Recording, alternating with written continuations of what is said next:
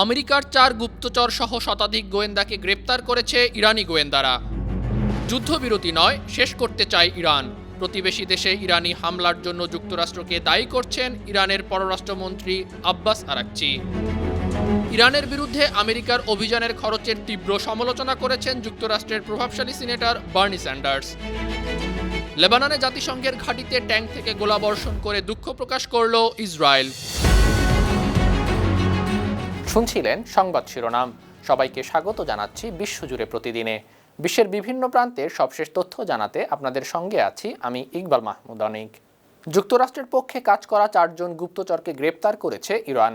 একই সঙ্গে রাজতন্ত্রপন্থী বিরোধী গোষ্ঠীর একাধিক নেটওয়ার্কও ভেঙে দিয়েছে, এমন দাবি করেছে দেশটির গোয়েন্দা মন্ত্রণালয়। ইরানের তাসনিম বার্তা সংস্থার প্রতিবেদনে জানানো হয়েছে 26টি প্রদেশ থেকে মোট 111 জনকে আটক করা হয়েছে।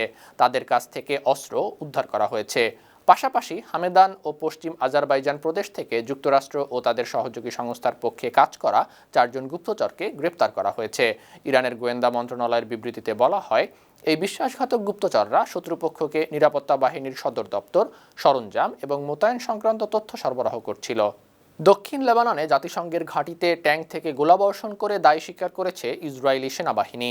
এই ঘটনায় 3 জন ঘানার শান্তিরক্ষী আহত হয়েছেন। বুধবার কাতার ভিত্তিক গণমাধ্যম আল জাজিরা এ তথ্য জানিয়েছে। বার্তা সংস্থা রয়টার্সকে দেয়া বিবৃতিতে ইসরায়েলি বাহিনী বলেছে, 6 মার্চ আল কাউজাহ এলাকায় জাতিসংঘের শান্তিরক্ষা মিশন UNIFIL এর একটি ঘাঁটিতে ভুলবশত গোলাবর্ষণ করা হয়। এই ঘটনার জন্য তারা ঘানা ও জাতিসংঘের কাছে দুঃখ প্রকাশ করেছে। ইসরায়েলি বাহিনীর দাবি, হিজবুল্লাহর অ্যান্টি ট্যাঙ্ক ক্ষেপণাস্ত্র হামলার জবাবে তারা পাল্টা হামলা চালিয়েছিল। ভুলক্রমে ইউনিফিলের সদস্যরা লক্ষ্যবস্তু হয়।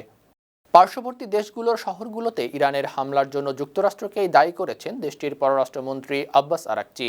তিনি বলেছেন, মার্কিন বাহিনী সামরিক ঘাঁটি ছেড়ে শহরের হোটেলগুলোতে অবস্থান নেয়ায় এমন পরিস্থিতি তৈরি হয়েছে। বুধবার আল জাজিরাকে আরাকচি জানান, যেখানে মার্কিন বাহিনী ও তাদের স্থাপনা ছিল সেগুলোই লক্ষ্যবস্তু করা হয়েছে। এটি তাদের দোষ নয়, এটি যুক্তরাষ্ট্রের দোষ। আমেরিকানরা তাদের বাহিনী ঘাঁটি থেকে সরিয়ে হোটেলে নিয়েছে। যুক্তরাষ্ট্রের কারণেই এই পরিস্থিতি হয়েছে। ইরানের পররাষ্ট্রমন্ত্রী আব্বাস আরাকচি জানিয়ে দিয়েছেন, পরমাণু অস্ত্র তৈরির বিরুদ্ধে ইরানের দীর্ঘদিনের অবস্থান ও নীতিতে বড় কোনো পরিবর্তনের সম্ভাবনা নেই। কাতার ভিত্তিক সংবাদ মাধ্যম আল জাজিরাকে তিনি একথা বলেন। উল্লেখ্য, ইরানের সাবেক সর্বোচ্চ নেতা আয়াতুল্লাহ আলী খামেনি একটি ধর্মীয় ফতোয়া জারি করেছিলেন। তাতে গণবিধ্বংসী এবং পারমাণবিক অস্ত্র তৈরি বা ব্যবহারকে ইসলামী বিধানে নিষিদ্ধ করা হয়েছিল। আয়াতুল্লাহ খামেনি মারা যাওয়ার পর সেই ফতোয়া বহাল থাকবে কিনা তা নিয়ে আন্তর্জাতিক মহলে প্রশ্ন উঠেছে। দেশটির বর্তমান সর্বোচ্চ ধর্মীয় নেতা মুজতবা খামেনি তার পূর্বসূরির ফতোয়াটি হুবহু বজায় রাখবেন নাকি কোনো নমনীয়তা আনবেন। ইরানের সঙ্গে সংঘাতে প্রায় 200 মার্কিন সেনা আহত হয়েছেন। সোমবার মার্কিন সামরিক বাহিনীর সেন্ট্রাল কমান্ড জানিয়েছে, অধিকাংশ সেনা সামান্য জখম হয়েছেন।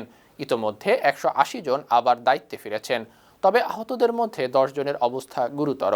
ইরানের বিরুদ্ধে চলমান যুদ্ধে যুক্তরাষ্ট্র ইরানের 7000-এর বেশি লক্ষ্যবস্তুতে হামলা করেছে। নাম প্রকাশ না করার শর্তে একজন মার্কিন কর্মকর্তা সোমবার জানিয়েছেন, এই যুদ্ধে আমেরিকা প্রায় 1 ডজন MQ-9 ড্রোন ধ্বংস হয়েছে। জেনারেল অ্যাটমিক্স এর তৈরি এই MQ-9 রিপার চালকবিহীন ড্রোনগুলো অত্যাধুনিক ক্যামেরা, সেন্সর এবং রাডারের সাহায্যে গোয়েন্দা তথ্য সংগ্রহের জন্য 50,000 ফুট উচ্চতায় 27 ঘন্টারও বেশি সময় ধরে আকাশে উঠতে পারে। প্রায় 16 বছর আগে মার্কিন বিমান বাহিনীতে যুক্ত হওয়া এই রিপার ড্রোনটি আকাশ থেকে ভূমিতে নিক্ষেপযোগ্য ক্ষেপণাস্ত্র সহ বিভিন্ন অস্ত্র বহন করতে পারে। আমেরিকার প্রেসিডেন্ট ডোনাল্ড ট্রাম্পের সঙ্গে দীর্ঘদিনের রাজনৈতিক সম্পর্ক ছিন্ন করার ঘোষণা দিয়েছেন সাবেক ট্রাম্প প্রশাসনের নিয়োগপ্রাপ্ত কর্মকর্তা এবং প্রভাবশালী কনজারভেটিভ রাজনৈতিক ব্যক্তিত্ব ক্যারি প্রেজিনবোলার। সোমবার পিয়ার্স মর্গান আনসেন্সর্ড অনুষ্ঠানে তিনি অভিযোগ করেন, মেক আমেরিকা গ্রেট অ্যাগেন আন্দোলন মরে গেছে। এখনকার মার্কিন সরকার ইসরায়েল দ্বারা অধিকৃত হয়ে গেছে। ট্রাম্প বিদেশি শক্তির প্রভাবে প্রভাবিত হয়ে ইরানের বিরুদ্ধে যুদ্ধে জড়িয়েছেন। ইরানের সঙ্গে যুদ্ধ যত ঘনীভূত হচ্ছে, ট্রাম্পের কট্টর সমর্থকদের মধ্যে বিভাজন ততই স্পষ্ট হচ্ছে। আমেরিকা ফার্স্ট নীতির প্রকৃত অর্থ নিয়ে বিতর্ক শুরু হয়েছে। ইরানের বিরুদ্ধে আমেরিকার অভিযানের বিশাল খরচের তীব্র সমালোচনা করেছেন যুক্তরাষ্ট্রের প্রভাবশালী সিনেটর বার্নি স্যান্ডার্স।